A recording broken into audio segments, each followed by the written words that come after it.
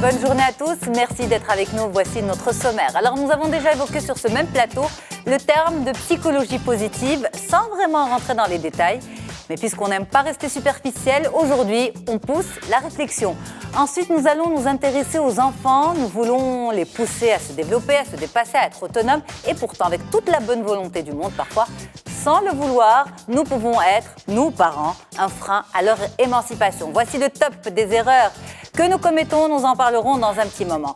Bon, ensuite, nous vous proposons une activité manuelle. Ça permet de s'évader, de casser la routine, mais aussi d'apprendre un métier. Qui sait?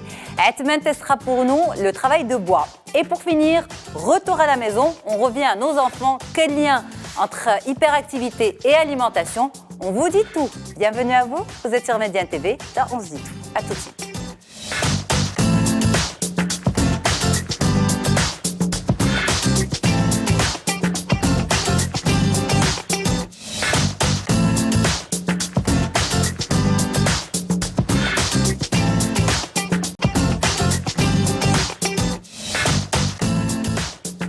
Merci beaucoup pour votre confiance. Merci d'être avec nous sur Médiane TV et merci à toutes les expertes qui sont là pour leur mobilisation, pour leur confiance à l'émission et puis pour leur générosité pour nos téléspectateurs. Et justement, elle avait promis de revenir sur ce même plateau pour parler de sa discipline. Elle était venue dans la rubrique Femmes inspirantes. C'est vous, Zineb Diouri Amour. Bonjour. Bonjour. Merci beaucoup d'être là. Merci de vous me êtes recevoir à revenue nouveau. pour nous parler de psychologie positive. Oui. Vous êtes psychothérapeute, c'est votre spécialité, la psychologie positive.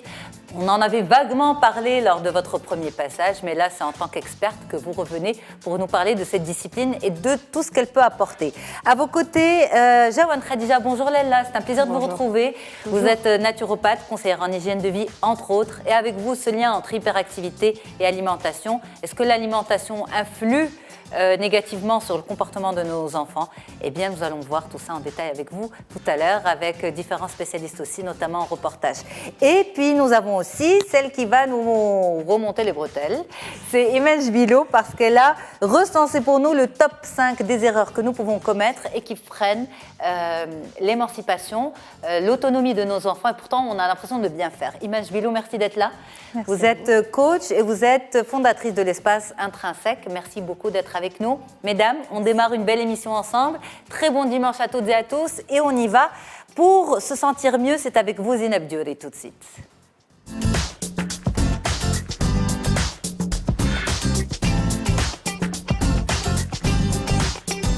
Alors Zineb, vous étiez là il y a quelques semaines déjà, quelques mois, pour parler de vous, de votre parcours, de ce qui vous a amené vers la psychologie positive.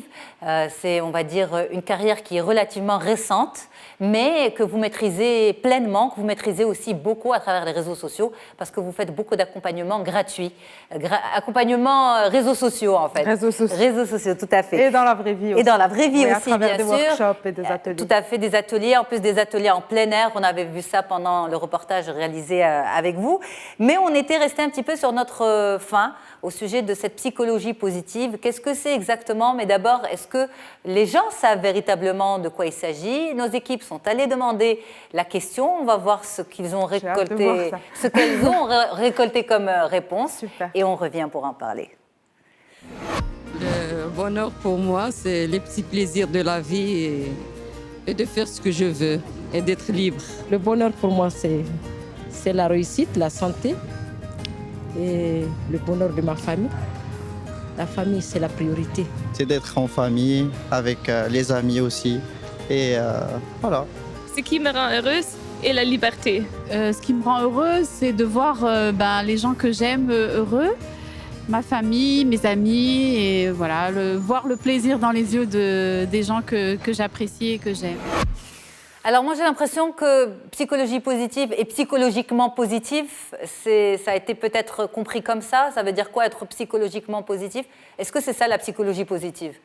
Parce qu'on parle beaucoup de bonheur, les gens parlent de bonheur, de joie. Pas vraiment, parce qu'en fait, un des piliers de la psychologie positive, c'est d'accepter ses émotions négatives. Ok. Donc c'est en cela, justement, c'est une question très importante et très intéressante, parce que c'est en cela que la psychologie positive diffère de la pensée positive. Okay.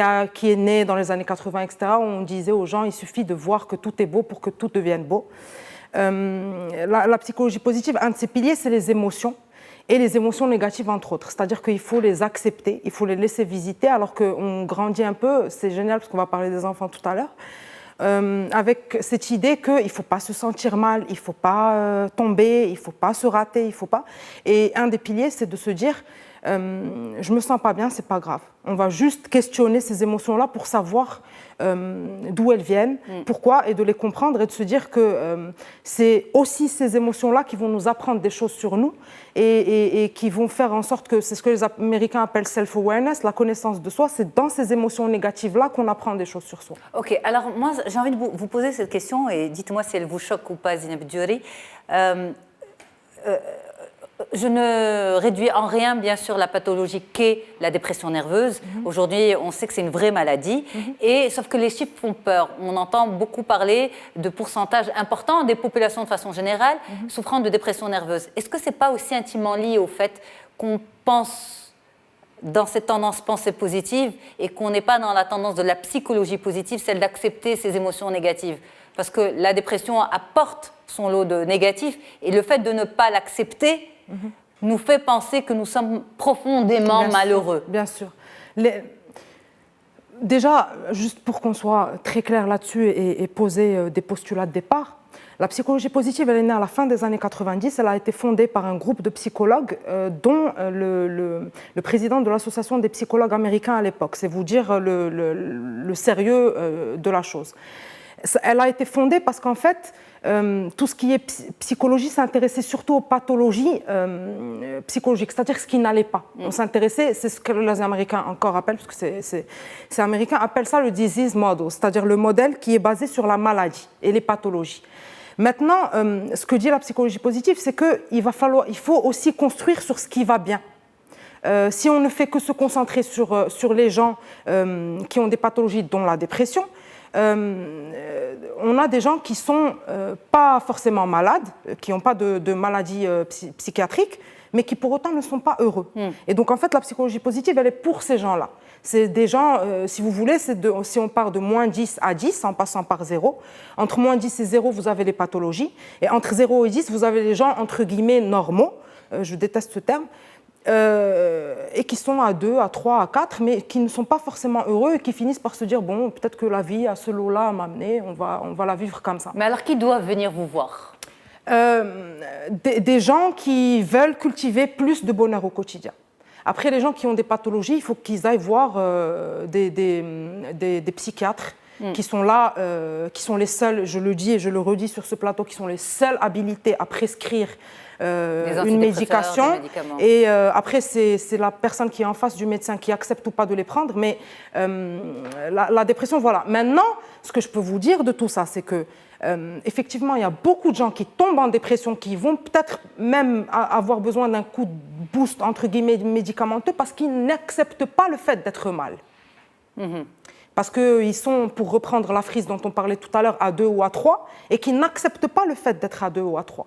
Et le fait de ne pas l'accepter fait qu'on ne fait pas le point et on ne fait rien pour améliorer les choses. On est là, on se flagelle un peu, on s'auto-flagelle. Mais cette psychologie, cette discipline de la psychologie positive permet d'améliorer les choses. Bien sûr, il y a des programmes très concrets de 3 semaines, 6 semaines qui ont été mis en place. En fait, historiquement, et c'est ce qui, je le raconte souvent, c'est né avec l'UNESCO. En fait, l'UNESCO, pendant les années 60, envoyait des psychologues avec des moyens, etc., dans les favelas, dans les bidonvilles en Inde, etc., pour faire en sorte que les gens qui vivent dans une misère atroce aillent mieux. Et ils se sont rendus compte que ça n'allait pas mieux, malgré le fait qu'ils envoyaient des gens très intelligents avec des moyens. Et quand ils ont commencé à travailler justement avec ces psychologues américains, avec de la psychologie positive, on a changé la question. On ne venait plus avec la question de qu'est-ce qui va mal. On disait qu'est-ce qui va bien, sur quoi on peut commencer à construire. Effectivement, par exemple, dans un bidonville, il n'y a peut-être pas beaucoup de gens qui réussissent, mais il y en a qui réussissent. Et ces gens-là, on va les prendre et on va voir ce qu'ils ont comme capacité. Et on va se rendre compte qu'ils ont une capacité de résilience, c'est-à-dire que quand ils tombent, ils se relèvent, qu'ils ont une passion, que c'est très très important d'avoir une passion, et que c'est cette passion-là qui va vous permettre d'être résilient, de tomber. C'est des gens qui ont des relations sociales. Mais ça, c'est à l'échelle du groupe, mais à l'échelle de l'individu. À l'échelle de l'individu, il y a beaucoup de choses à faire. Je le dis souvent aux jeunes gens pendant les workshops que j'organise, il y a la gratitude. Il faut développer sa gratitude. C'est quelque chose qui se travaille. La gratitude, c'est quoi? C'est d'arrêter d'être en permanence, surtout avec les réseaux sociaux, etc., happé par ce qu'on voudrait avoir, par ce qu'on voudrait acheter, par là où on voudrait aller et se poser, prendre 5 minutes chaque jour avec un petit carnet et se dire j'en suis où? Qu'est-ce qui se passe? Qu'est-ce que j'aime dans cette journée que je viens de passer? Et de noter ça. Il y a un livre très bien de Emmons qui s'appelle Thanks How Gratitude Can Change Your Life, où il explique concrètement que ton système immunitaire est beaucoup mieux, c'est-à-dire qu'on attrape moins de Alhamdoulilah. Exactement, quand on dit alhamdoulilah. c'est ça. Quand on dit alhamdoulilah et quand on dit alhamdoulilah en développant, alhamdoulilah pour ci, alhamdoulilah pour ça, alhamdoulilah pour ça. Il y a la méditation aussi, c'est-à-dire qu'il faut se dire qu'en moyenne, on a entre 12 000 et 60 000 pensées par jour et que 85% de ces pensées-là sont des pensées négatives. Que l'homme, il a quelque chose qui lui a permis de survivre jusqu'à aujourd'hui qui s'appelle le biais de negativity, negativity bias. Et ce negativity bias, c'est quoi? Ça veut dire que il me faut vivre cette expérience négative pour une expérience positive. C'est-à-dire que l'impact des émotions négatives est beaucoup plus puissant sur mon corps et sur mon cerveau que les émotions positives. Donc du coup, on a, admettons, environ 50 000 pensées par jour. 85% d'entre elles sont négatives et elles reviennent entre aujourd'hui et demain, c'est 90%, c'est la même chose, c'est les mêmes pensées. C'est-à-dire que chaque jour, on pense la même chose. Il faut s'arrêter pour méditer. Alors, à travers la prière, pour certains, à travers la marche pour d'autres. Et il faut arrêter de mystifier tout ça, parce que je sais que dans le milieu du développement personnel, mesdames, je pense que vous ne me contredirez pas, surtout maintenant avec les réseaux sociaux, les influenceurs, etc., il faut que tout soit parfait. C'est-à-dire que pour méditer, il faut que j'ai mon thé vert, que je sois sur la plage, que j'ai ma bougie parfumée, tout ça. Et donc, du coup, tout le monde fantasme un peu ce truc-là. Méditer, ça veut dire quoi? Ça veut dire qu'au moment où je suis en train de manger ma salade entre midi et 2, je prends 15 minutes, je mâche bien. Je savoure, je prends un moment, je me reconnecte avec moi-même. Je me reconnecte pour faire le vide. Parce qu'en fait, sinon, on laisse ces 50 000 pensées prendre le dessus sur nous et on vit à travers elles. Vive Zineb. Merci. Merci. Alors, dites-moi, mesdames, justement, ça vous parle, cette psychologie positive, Imen?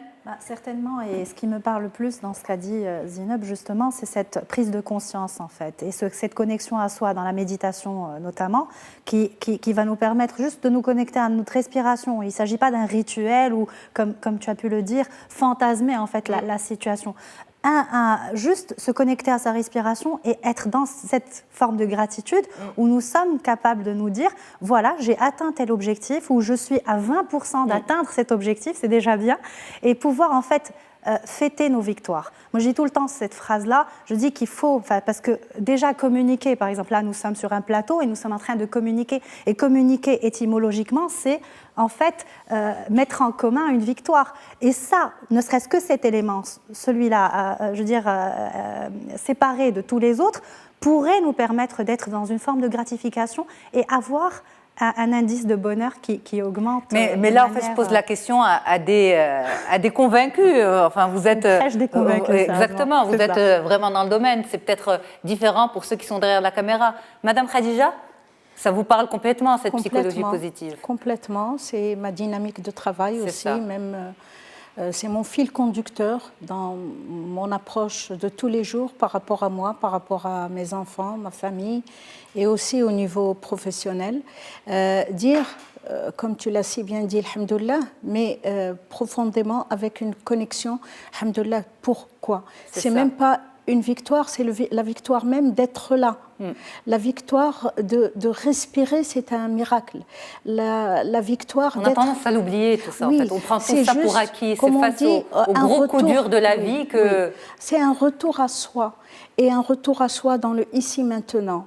Et là, ça nous met en connexion avec ce qu'il y a de plus grand. Et le bonheur, justement, le bonheur, il n'est pas comme la carotte à l'extérieur. Le bonheur ne devrait pas. Le ressenti du bonheur ne devrait pas être conditionné ou conditionnel à une peine ou à une joie. Mais on ne peut pas non plus, et vous l'avez dit tout à l'heure, Zineb, pardon de vous interrompre, vous l'avez dit, Zineb, on ne peut pas oublier qu'il y a aussi des maladies, que la dépression nerveuse est une pathologie qui existe. Des fois, c'est chimique. C'est ça. Des fois, c'est chimique, c'est de la dopamine, de la sérotonine, etc. C'est des déséquilibres qui sont chimiques. Et là, pour le coup, il faut quelque chose de beaucoup plus poussé. Mais là, on parle de gens qui sont dans la vie active, qui vivent des petits bonheurs au quotidien, mais justement, ce n'est pas parce qu'on a, vous le disiez là, une nouvelle voiture on est heureux. Mais si on vous pose la question au moment où vous achetez votre voiture de rêve, est-ce que vous êtes satisfait de votre vie? Vous allez peut-être répondre non. Oui, ça n'a rien à voir avec la voiture. Ça n'a rien à voir. Donc là, on est en train de parler de vie, de bonheur, de vie, de vraie satisfaction. Alors, on y va maintenant pour les questions des téléspectateurs, Zineb. Alors, nous avons pour vous Oumaima qui dit « Quel est selon vous le premier changement qu'il faut opérer dans son quotidien pour améliorer son bien-être » Je dirais... C'est dur d'en choisir un seul. C'est dur d'en choisir... Oui, ça reste très personnel peut-être. Accepter ses émotions négatives, méditer, pratiquer la gratitude et donner. Donner aux autres. Donner aux autres. Donner aux autres, ça ne veut pas dire forcément matériellement. Pas matériellement, donner de son temps, c'est ça. Donner de son énergie, donner de son amour, partager ses émotions avec les autres. C'est un très joli cocktail. Ashraf qui vous dit « Comment peut-on attirer la positivité dans sa vie lorsqu'on est entouré de personnes toxiques ?» Fuir. Fuir, c'est exactement ça. Faire un petit nettoyage, parce qu'en fait, je viens d'en parler il y a quelques heures avec des jeunes. C'est un euphémisme de dire que l'environnement influe sur notre manière d'agir et de penser. Donc du coup, il faut vraiment tâcher de s'entourer de gens aux énergies positives qui vous poussent vers l'avant, qui vous écoutent. Oui, mais quand c'est quelqu'un de proche, parce que les personnes négatives ou toxiques, elles n'existent pas que chez les autres. Ça peut être un membre de la famille, ça peut être... On essaie de l'identifier déjà en tant que personne toxique et on essaie de voir cette personne-là un peu moins souvent. Et si on la voit, de savoir que c'est une personne qui a des énergies négatives ou là, qui nous renvoie à quelque chose qui ne nous intéresse plus, qu'on ne veut plus vivre. Et donc, du coup, de mettre une petite barricade psychologique pendant le moment du déjeuner ou là, du dîner familial. Voilà. Pas tout absorber. Pas tout absorber. Parce qu'au final, c'est nous qui donnons l'autorisation. Ici, il n'y a personne qui le contrôle à part nous. Donc, c'est nous qui donnons l'autorisation à ces idées-là de... Donc, méditer. Voilà, on revient toujours à la méditation. Donc, méditer pour pouvoir prendre le dessus et savoir ce que vous laissez rentrer et ce que vous ne laissez pas rentrer. Merci beaucoup, Zineb. Je vous en prie. Zineb Dioré Amour, vous êtes la bienvenue quand vous voulez. Merci beaucoup, je reviens très vite. Avec plaisir, c'est votre plateau. Et puis, pour tous les téléspectateurs qui sont intéressés par votre approche, eh bien, on peut vous suivre sur les réseaux sociaux, sur Instagram notamment, Zineb Dioré Amour. Là-bas. Tout à fait. Alors, on va continuer cette fois-ci, on va parler des enfants en particulier. Attention à ne pas limiter l'autonomie de vos enfants. On va en prendre plein pour notre grade de parents avec vous, Imen Jbilou.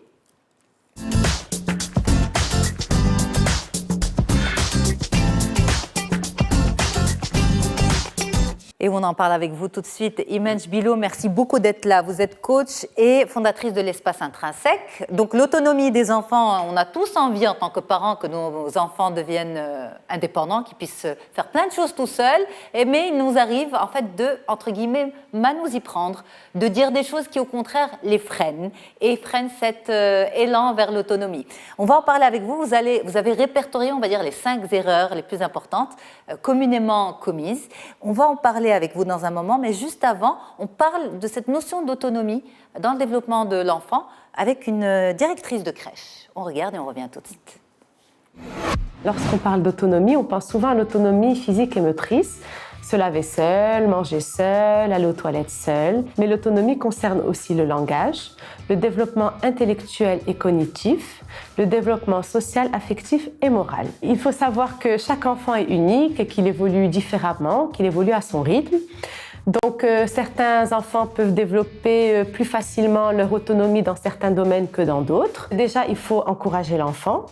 En lui disant qu'il est capable de faire les choses lui-même, le féliciter lorsqu'il fait des choses correctement, lui expliquer que l'échec fait partie de l'apprentissage et l'aider à trouver des façons de s'améliorer. Ensuite, vous pouvez aussi stimuler sa curiosité, donc le laisser explorer des domaines qui l'intéressent.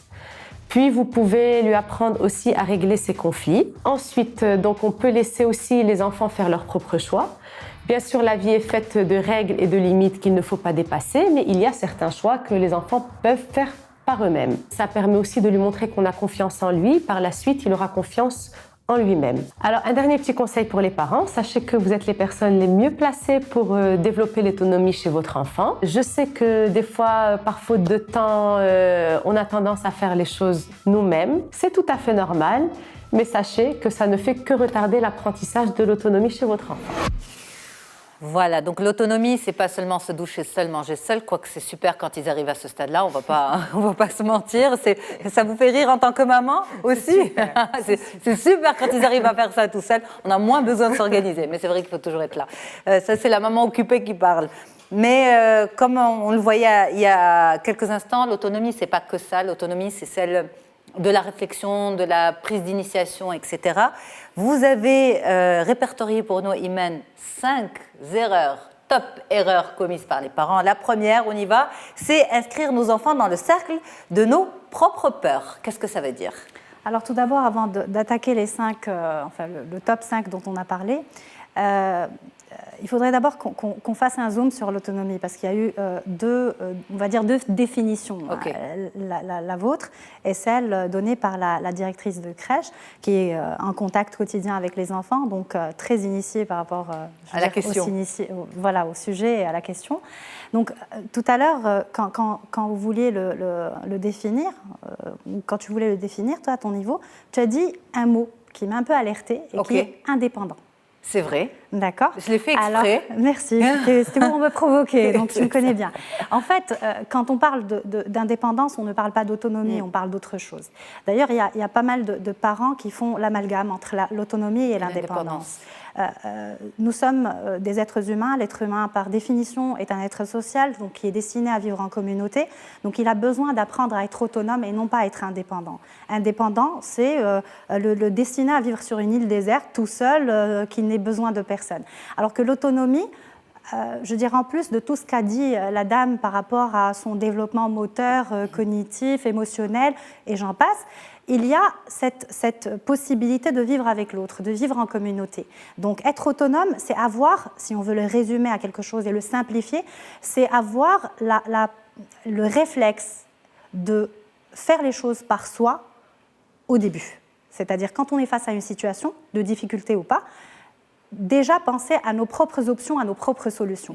Et ensuite, si on n'y arrive pas seul, il n'y a pas de mal à demander de l'aide autour de soi. Ça, c'est de l'autonomie. Mais si vous permettez, Imen, il y a certains enfants qui sont, dans leur attitude, plus autonomes que d'autres. Il y a certains enfants, très tôt, qui ne vont... Par exemple, elle l'a dit tout à l'heure, la directrice de crèche, on va vouloir, par manque de temps, par exemple, vouloir faire à leur place. Certains, même très petits, vont s'obstiner à concrétiser ou à réaliser la petite action eux-mêmes, à coups de cris, à coups de pleurs, ils vont vraiment s'imposer. Et d'autres vont se laisser faire. Même au sein d'une même fratrie. C'est ça, complètement. C'est-à-dire que c'est des rythmes différents. C'est pour ça qu'elle disait aussi qu'il faut respecter le rythme de l'enfant. Quelque part, il ne faut pas se dire qu'il y a un rythme établi, il y a une norme qu'il faut absolument respecter ou quelque chose. Il ne faut pas déroger à la règle. Pas du tout. Il y a des rythmes différents. Il y a des enfants qui sont beaucoup plus, tentés d'aller faire les choses par eux-mêmes très très tôt, et d'autres pas. Maintenant, il faut être dans l'observation, être présent. Tu l'as bien dit tout à l'heure aussi pour ces enfants. Et juste observer et être là. C'est très, très important. On passe en revue les 5. On y va. La très... première, on a dit inscrire nos enfants dans le cercle de nos peurs. Oui. Alors, la peur, Zineb en parlait tout à l'heure, les peurs, c'est les émotions. Donc, et la peur est une émotion de base à côté de la tristesse, la joie, la colère. Et cette peur, il y en a, en fait, on peut les classifier selon l'origine. Il y en a trois origines majeures. La première, c'est une peur... Et je déteste ce mot parce que je n'arrive jamais à le dire, développemental. D'accord. J'ai beaucoup de mal à le dire. Ça va, très bien. Alors, c'est des peurs qui vont apparaître tout le long des phases de développement de l'enfant et qui vont disparaître. C'est-à-dire, j'ai peur de me mettre debout et plus j'apprends, je ne vais plus avoir peur de me mettre debout, monter l'escalier, etc. Donc ça, c'est la première origine. La deuxième, c'est une peur qui est plutôt acquise. Et celle-ci, elle est reliée aux expériences vécues de l'enfant. C'est-à-dire qu'on a un enfant qui va être dans une situation où il va vivre un traumatisme, c'est-à-dire il va vomir une fois et ça va être très très mal géré, et du coup il va avoir peur de vomir par exemple, ou avoir, on le dit souvent et c'est marrant, on dit j'ai peur d'avoir peur. Ça existe, on entend pas mal de monde dire ça, et ça c'est une peur acquise, c'est-à-dire on a tellement mal vécu la situation une fois que du coup c'est ancré en nous et c'est une expérience qu'on n'a pas envie de revivre. Donc ça c'est la deuxième. Alors la troisième, c'est d'elle qu'on va vraiment, c'est-à-dire c'est elle qu'on va détailler, c'est la peur qui est copiée ou empruntée. Alors, on va prendre un exemple très simple. C'est, par exemple, je suis une maman qui a peur des blattes, des cafards. Donc, à chaque fois que je vais en voir un, je vais sursauter. D'accord ? L'enfant qui va être le mien et qui va me considérer comme un modèle, parce que je suis sa figure parentale présente, donc il va se dire, si ma mère a sursauté, si la réaction a été aussi spectaculaire, c'est-à-dire qu'elle a une bonne raison de le faire. Il ne va pas aller au-delà, c'est-à-dire il ne va pas pousser le raisonnement plus loin. Il va juste prendre cette peur et l'adopter et en faire sa propre peur. Donc attention à ne pas communiquer des peurs inutiles. Chacun vit fantasmée. Chacun a le droit de vivre sa peur tranquillement. Deuxième erreur, formuler des demandes en décalage avec les développements moteurs, cognitifs et émotionnels. Ça veut dire quoi, Iman ? Alors, sur les 3 niveaux, on ne va pas pouvoir détailler les 3. Maintenant, comme on a dit, chaque enfant a un rythme de développement. Et vous savez, si on va quand même au niveau scientifique, le cerveau, avant l'âge de 5 ans, est immature. C'est-à-dire que le cortex préfrontal, qui est responsable du contrôle des impulsions et des émotions, n'est pas relié au cerveau archaïque, qui est le foyer des émotions. Donc, on appelle ça la réévaluation pour l'adulte. Quand on est face à une situation, alors on peut réévaluer la situation. On peut se mettre à la place de l'autre, on peut se dire oui, mais quel est l'enjeu ? Est-ce que je dois m'emporter à ce point-là ? Est-ce que j'ai quelque chose à gagner à faire ceci de cette manière ? Donc ça, l'enfant, il n'a pas cette possibilité. Lui demander d'avoir le recul qu'a un adulte, c'est déjà le mettre face à son impuissance. Complètement. Et on lui dit... Ça, on l'oublie, et que nos enfants n'ont pas notre expérience, ni notre vécu. Malheureusement, on l'oublie trop souvent. Et du coup, on lui renvoie une image de lui-même qui n'est pas réelle, qui est démesurée, qui est décalée. Parce qu'on lui dit, écoute, ton critère ou tes indicateurs sont des indicateurs des adultes. Alors que ce n'est pas le cas. Il doit prendre le temps d'apprendre à vivre, d'évoluer, de se développer sur les plans moteurs, cognitifs et émotionnels, avant de pouvoir avoir les mêmes réactions. Et les neurochercheurs, d'ailleurs, vous diront aussi, certains, vous diront que le développement du cerveau ne se fait réellement qu'à l'âge de 25 ans, voire 30 ans. Donc, on a le temps. Exactement. Ça, c'est une belle découverte aussi, quand même. Alors, troisième top erreur, c'est encourager les résultats au lieu du processus et utiliser le jugement au lieu de la description. Ça veut dire quoi ? Alors, je vais prendre aussi un cas précis pour être c'est-à-dire pour donner une image plus concrète. Alors, par exemple, vous avez un enfant à l'école qui a des résultats scolaires qui sont ce qu'elles sont. Alors, ces résultats, il va ramener par exemple une note de 12 sur 20. Et je ne vais pas être très contente, je vais trouver ça trop moyen, je vais lui dire oui, mais tu n'as pas fourni l'effort nécessaire, ou c'est pas OK, ou tu as été nul. On peut pousser, ça dépend des réactions des parents, et il y en a qui poussent la chose beaucoup trop loin. Alors, la fois d'après, il y a eu un devoir surprise. Et par chance, il a eu une très très bonne note, et il a ramené un 18. Et il vient tout fier à la maison, et il me dit « ouais, j'ai eu un 18 », alors qu'il n'a rien préparé à l'avance. Et moi, je suis tellement contente qu'il ait eu son 18 que je vais l'inonder de compliments et lui dire « mais je suis fière de toi, t'es mon fils ou t'es ma fille ». Donc là, je suis en train de valoriser le résultat, valoriser et pas uniquement le résultat et pas le processus. Ouais. Qu'est-ce que ça met dans l'esprit de l'enfant? C'est que derrière, il se dit, regarde, la dernière fois, j'ai passé quand même 3 jours à préparer mon examen et rien. Et cette fois, j'ai rien fait et voilà, j'ai eu une bonne note. Donc mon père, en fait, la prochaine fois, je vais tricher ou je vais copier ou je vais faire des choses. L'important pour lui, c'est le résultat. Alors que si j'accompagne le processus, je vais vers l'enfant et je lui dis, écoute, par exemple, je donne un autre exemple, quelqu'un qui a ramené la première fois un 7 et la deuxième fois un 9. Il n'a pas encore atteint la moyenne, c'est toujours une mauvaise note, mais je lui dis, écoute, moi je t'ai vu travailler, je t'ai vu passer du temps, là on va s'intéresser au processus, peut-être que ce n'était pas le bon timing ou autre chose, s'intéresser au processus, c'est important. Et être dans le descriptif surtout. Alors, 4e mauvaise réaction des parents, prendre des décisions et répondre à la place de nos enfants. Ça veut dire quoi? Prendre des décisions, c'est normal de prendre des décisions, on est des adultes. Alors, je pourrais dire que bon, il y a des décisions majeures, mais de quel genre? Vas-y, dis-moi toi, tu me dis c'est normal. Tu penses à quelle décision au juste? Vous pensez-vous justement à quelle décision? Qu'est-ce qui vous dérange quand les parents...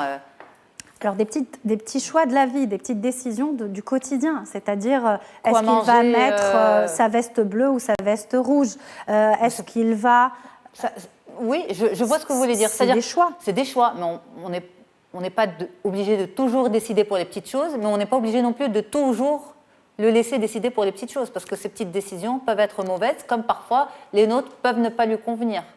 Voilà, alors il faut être déjà au fait de ce qu'il veut, déjà. Et on n'oublie pas qu'il y a toujours un cadre. Là, on n'en parle pas parce que ce n'est pas le sujet d'aujourd'hui, mais il y a des limites qu'on doit poser à nos enfants. Donc la décision est prise dans le cadre de ces limites qui garantissent quand même, je veux dire, on ne va pas mettre notre enfant en danger. Il ne va pas aller vers des choses qui vont lui nuire, c'est-à-dire sur le plan physique ou autre chose. On a un cadre et dans ce cadre, on laisse quand même la latitude à l'enfant de faire ses choix et de prendre ses propres décisions. Maintenant, il y a des parents, pour aller à la deuxième partie de la phrase, c'est qui est répondre à la place de nos enfants. Des fois, il y a des gens qui s'avancent vers nous, et je crois que vous allez me confirmer la chose, et qui nous posent la question pour nos enfants. Qu'est-ce qu'il voudrait manger, ou qu'est-ce qu'il veut faire de sa vie plus tard, ou... Là, il faut que les parents aient ce réflexe de dire à la personne en face, ben, il est capable de te répondre. Il sait très très bien ce qu'il veut faire ou ce qu'il veut manger. C'est lui qui va te répondre. Donc, c'est important pour l'enfant? Oui, c'est important. Et si, par exemple, en tant que parent, je me retourne vers mon enfant, je lui dis, alors, est-ce que tu peux répondre ou qu'est-ce que tu as envie de manger? Est-ce qu'il faut que la question vienne de l'interlocuteur ou ça peut passer? C'est important parce qu'on le met en lien avec quelqu'un qui est peut-être inconnu ou quelqu'un qu'il connaît à peine. Donc, il va se sociabiliser davantage. Il va avoir cet apprentissage de la sociabilisation qui est très, très, très important pour son autonomie, justement. Merci beaucoup, Iman. Alors, ce n'est pas fini. On a des questions, cette fois-ci, de parents à travers les réseaux sociaux, mais on va marquer une courte pause et on revient pour les questions. À tout de suite.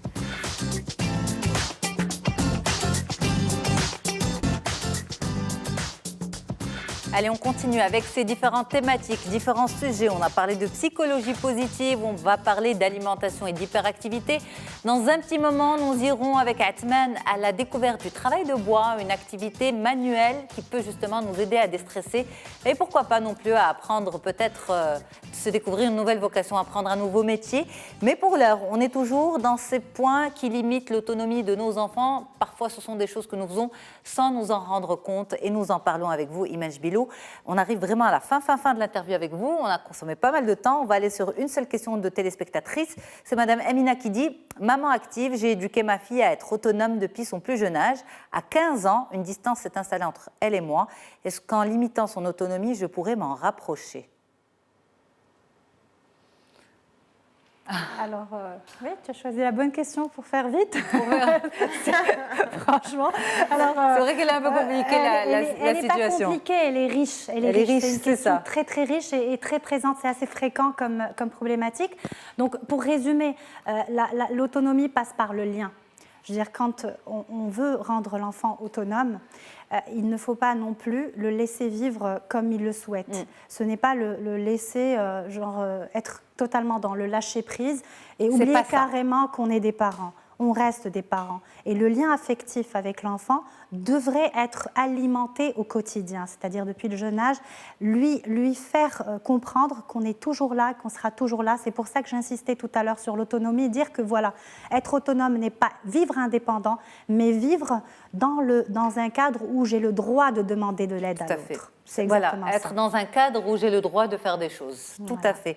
Merci beaucoup, Iman Jbilou, d'avoir quand même réussi à synthétiser une réponse pour cette question, comme vous dites, très riche. Allez, on va se détendre un petit peu. Bon, on est déjà très détendu, à vrai dire. Honnêtement, on est bien quand même. On est bien. Okay. Mais voilà, est-ce que quelqu'un est-ce que quelqu'un est manuel? Je fais un tour de table. Iman, puisqu'on est avec vous. Ah oui, j'adore tout ce qui est manuel. Je suis très kinesthésique de nature et j'aime toucher les choses. Donc, toutes les activités manuelles. Travail de bois, vous avez déjà... pour faire pour faire de... Zineb? J'ai de bonnes intentions. Le résultat n'est pas toujours comme je l'avais imaginé, mais j'aime beaucoup. De bonnes intentions, peut-être que ça va vous inspirer. Oui, j'attends de voir. Oui, beaucoup.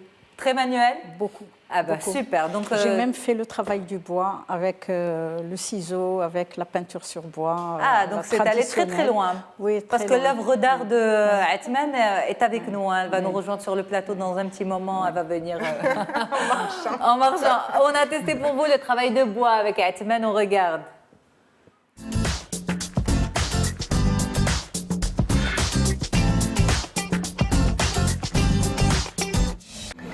Bonjour Yasmine et bonjour à tous. Souvenez-vous, nous étions ici il y a quelques temps pour découvrir un atelier de création de poterie artisanale. À la fin du cours, Hafeda nous avait promis de nous faire découvrir un des métiers les plus répandus au Maroc à travers un nouvel atelier manuel. Alors je vous invite tout de suite à le découvrir avec moi. Bonjour Hafeda, merci de nous recevoir une deuxième fois dans ton centre. Bonjour Atman, marhaba bikoum, c'est toujours un plaisir de vous recevoir, bienvenue. Alors la dernière fois, on avait participé à un cours de poterie artisanale où j'avais fabriqué un super pot. Alors cette fois-ci, qu'est-ce que tu vas nous préparer comme atelier? C'est une activité que seuls les quelques bricoleurs apprécient ou en tout cas osent toucher. Et donc en fait c'est l'atelier bois. Moi je ne suis pas du tout bricoleur et c'est un peu l'objectif aujourd'hui, c'est d'apprendre à fabriquer quelque chose de mes mains. Est-ce que donc je peux participer en tant qu'adulte ou c'est plutôt pour enfants ou pour quel type de personnes est conçu cet atelier? Alors cet atelier est ouvert comme tous les autres ateliers de Fun Place pour les enfants à partir de 5 ans et pour les adultes. Aussi des personnes à besoins spécifiques. C'est surtout ces personnes-là qui m'impressionnent, qui sont juste extraordinaires parce que c'est un des ateliers qu'ils apprécient le plus. Au fait, parce que le fait de toucher déjà le bois, le fait de partir d'une matière à peu près brute à un objet qu'ils peuvent offrir ou qui peuvent arriver et dire voilà je l'ai fait et je peux l'utiliser au quotidien, ça les rend hyper heureux. Eh bien, écoute, moi, tu m'as donné envie d'y aller.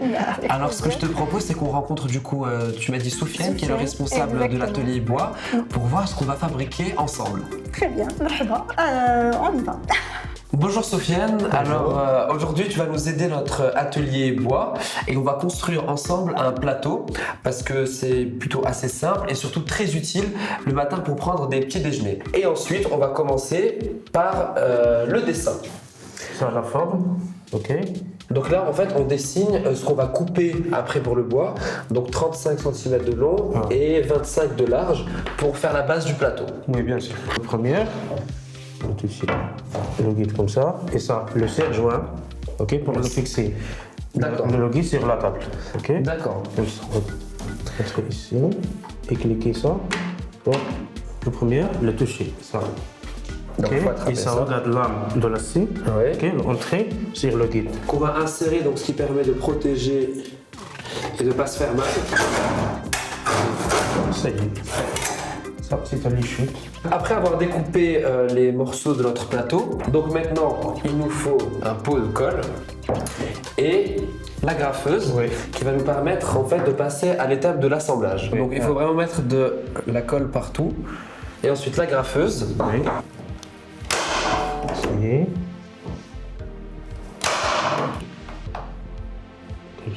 Ah oui d'accord. Comme ça, après. Ah, ça y est.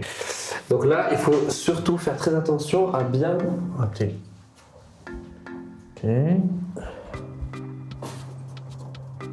Ça y est, c'est bon. Et maintenant, fixer le serre-joint. Et ça y est, le fixer. Voilà. Rapide. Parce qu'on a comme... Rapide, ok, de 15 minutes. Bon, donc on va attendre 15 minutes que ça sèche. Alors aujourd'hui, je suis plutôt fier de cette création. Mes petits déjeuners n'auront plus du tout le même goût. Merci beaucoup Soufiane de m'avoir aidé pendant cet atelier de travail du bois. Ça fait plaisir. C'est quand même pas demain que je vais réussir à fabriquer une armoire, mais en tout cas, j'aurai déjà ce petit plateau. Chers téléspectateurs, je vous recommande fortement cette activité qui demande beaucoup de persévérance, de dextérité et de patience. Et Yasmine, je te rends l'antenne. Merci Adnan de me rendre l'antenne, mais moi je te rends pas ton plateau parce que là il est arrivé sur le plateau d'Onzito et donc c'est le plateau communautaire. C'est ce qui va servir à débarrasser les mugs en fin d'émission. Je t'en ferai un autre, je compte sur toi. Il est pas mal le plateau, hein? Oui, ça vous a donné envie. On en parlait pendant Zineb, Oui, ça donne envie. Ça donne envie. Complètement. Ça donne envie d'essayer, en tout cas. D'essayer. C'est déjà pas mal. C'est déjà pas mal, exactement. Alors, on va parler à présent d'alimentation. Ça tombe bien. On pose notre petit plateau de côté. Khadija Jaouane, merci beaucoup d'être là. C'est un plaisir de vous retrouver. Alors, alimentation, santé, enfants, le tout dans une même interview. C'est avec vous, c'est tout de suite.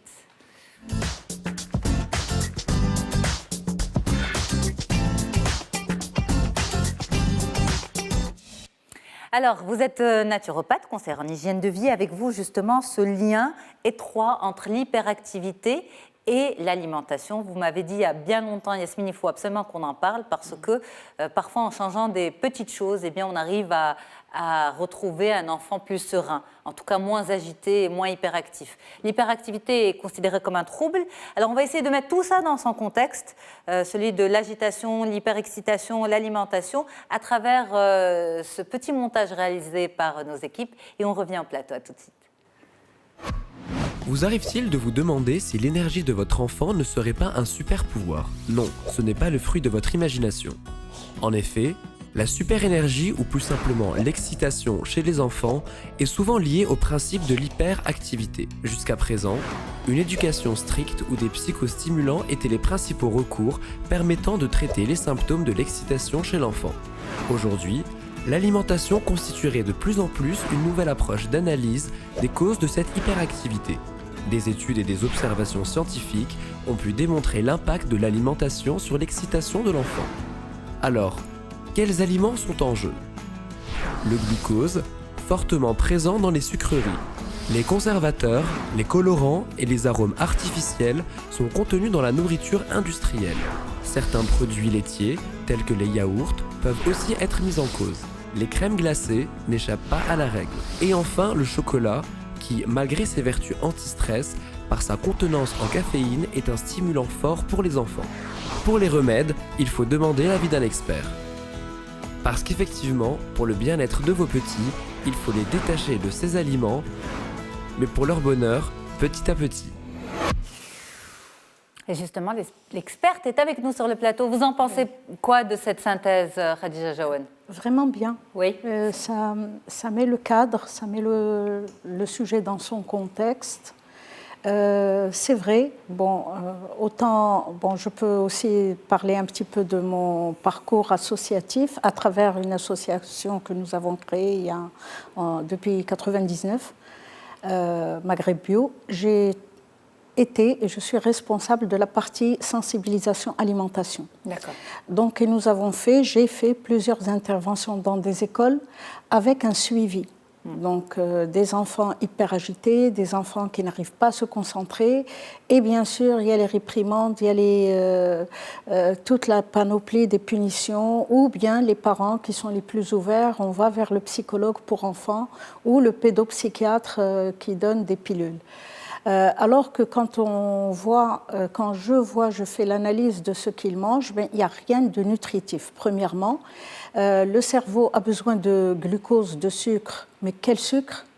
Donc cet amalgame qui est toujours fait dès le départ, dès la naissance, la maman, dès que le bébé crie, on lui donne du sucre, alors que ce n'était pas ce qu'il revendiquait.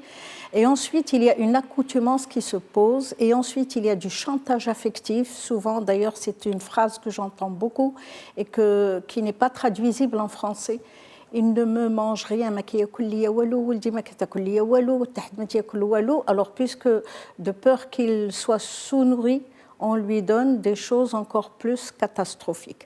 Ça fait pas très longtemps, ça fait quand même plus de quelques décennies que l'impact des colorants a été mis en lumière.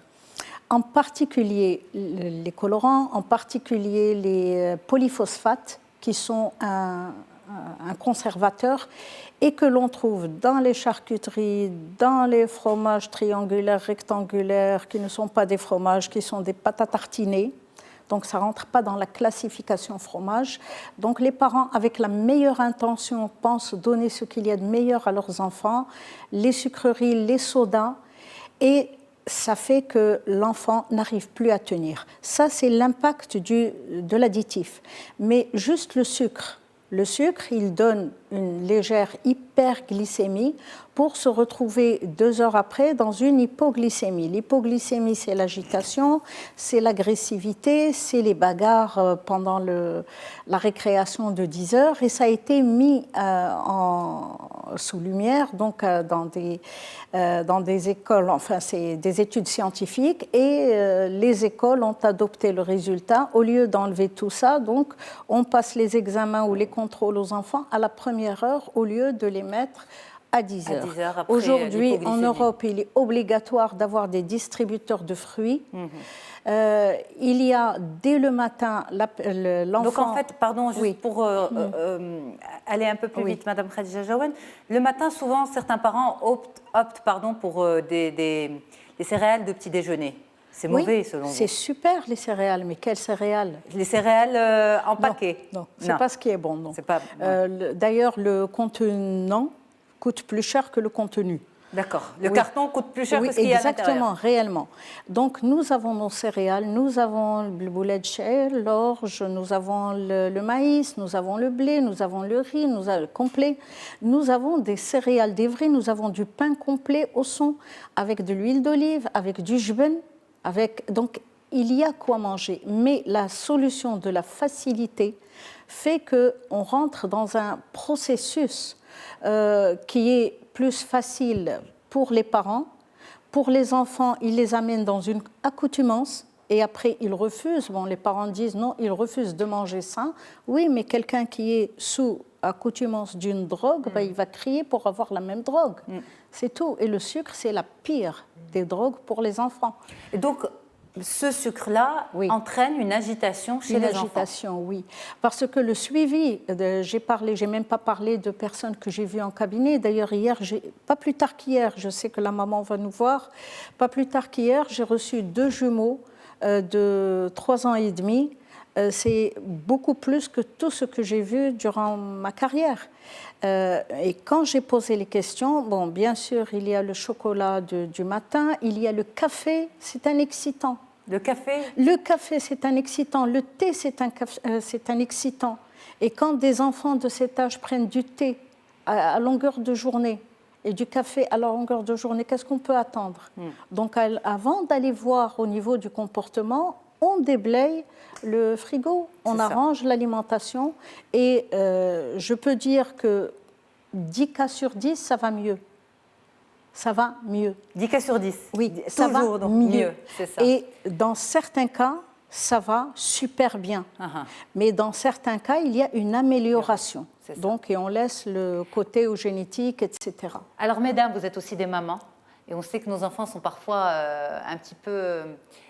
pas compliqué, mais insistant par rapport à ces sucreries, etc. Vous allez me dire, c'est parce que vous les avez laissés. Mais on ne peut pas, ils vont à l'école, même si on ne leur donne pas à la maison, à l'école, ils goûtent. Mais quand je rejoins Iman, donc je rejoins Iman pour dire quoi? C'est que quand on communique avec l'enfant, il est fier de connaître plus que ses copains. Et ça, je parle en tant que maman aussi. Quand il va avec un bon goûter, il est tout fier de dire ça c'est bon pour la santé et pas ça. C'est les parents, c'est pas les enfants. Et quand on parle le langage d'enfant, je vous assure que 10 cas sur cas encore, ça marche. Et les enfants, ils passent adhèrent. Même le message. Je me suis retrouvée avec des enfants qu'ils amènent à la maison pour dire maman Mskine, regarde qu'est-ce qu'il mange, s'il te plaît, dis-lui. Montre-lui le droit chemin. Exact. Vous en pensez quoi, mesdames? Je rejoins parfaitement ce que vous dites parce que bon, pour mes enfants, alhamdoulilah, j'ai pu instaurer une hygiène alimentaire qui, d'ailleurs, il y a pas mal de gens autour de moi qui me jalousent cette aubaine. On mange du pain complet le matin, de l'huile d'olive, on aime beaucoup de chicha de sha'ir, on aime beaucoup ces choses-là à la maison. Heureusement, j'ai ça, mais autour de moi, je vois beaucoup d'enfants qui sont quand même très fragiles face à la tentation. Et mes enfants, de temps en temps, le font, mais c'est pas grave. Quand c'est vraiment des cas isolés, c'est pas grave. Ils peuvent gérer. Peut gérer l'exception, mais quand l'exception devient une règle, là, mais justement, là, moi, j'invite les parents qui ont ce problème de non-concentration de leurs enfants juste à essayer. doucement, graduellement, d'enlever, par exemple, même les fruits, après le repas, ça donne des fermentations, et les fermentations, bon, ça, c'est perturbant, et leurs réactions ne sont pas contrôlées. Essayez, qu'est-ce qu'on perd? Alors, on a une question, enfin, il y en a plusieurs, mais on est obligé par manque de temps d'en prendre uniquement une. Lala Khadija, alors, que faire pour limiter l'excitation de mon enfant sans le priver de sucreries? Il faudrait que le sevrage soit chez la maman. Avant que ce soit chez l'enfant. Moi, j'ai une réponse déjà par rapport à ça, parce que en fait, j'étais très sucre avant d'avoir mes enfants. Et en fait, le fait de les avoir a fait que j'ai dû me poser des questions et j'ai dû, moi, revoir. Et en fait, il y a des recettes healthy qu'on peut faire pour, c'est-à-dire par exemple des energy balls avec des dattes à l'intérieur, et moi je leur fais croire que c'est du chocolat parce que je mets du cacao pur dedans, des choses comme ça. Donc il y a moyen de jouer avec les règles un peu. Vous posterez la recette sur votre bien story. Bien sûr, et il y a autre chose, Lala Khadija, que je voulais partager avec vous, que vous devez beaucoup mieux connaître que moi, c'est qu'il y a des applications maintenant où quand vous faites vos courses, c'était en Europe, là c'est arrivé au Maroc, et quand vous faites vos courses, vous scannez le code et on vous dit les valeurs nutritionnelles, tout ça, et si on n'a pas le temps, etc., on vous dit si c'est bon ou si c'est mauvais pour la santé, est-ce que vous prenez, est-ce que vous ne prenez pas. J'ai eu des surprises. Il n'y a même pas de barcode quand on achète les dattes ou les amandes. C'est clair que là, il n'y a pas... Là, je parle de produits transformés, je parle de produits de yaourt, mais vous nous posterez la recette, elle m'intéresse. Bien sûr, avec plaisir. Je compte sur vous. Et après, je la testerai et je la posterai à mon tour. Ok, vous repostez. Repostez pour voir si ça marche bien et est-ce que ça fait des followers, exactement, ça va drainer. Merci beaucoup, mesdames. C'était un plaisir d'être avec vous. Ça, vous êtes d'accord, on le récupère pour On se dit tout. Avant de partir, tout le monde met son mug ici. Je recommence moi. C'est notre plateau On se dit tout. Et merci beaucoup Khadija Jaouane. Merci beaucoup Zineb Diolé Amour. Merci Iman Jbilo. Merci à toute l'équipe et merci à vous. Chez vous, reposez-vous bien, détendez-vous bien, relaxez-vous. Beaucoup d'amour, d'énergie positive, de tendresse et d'affection. Très bon dimanche à toutes et à tous. Au revoir.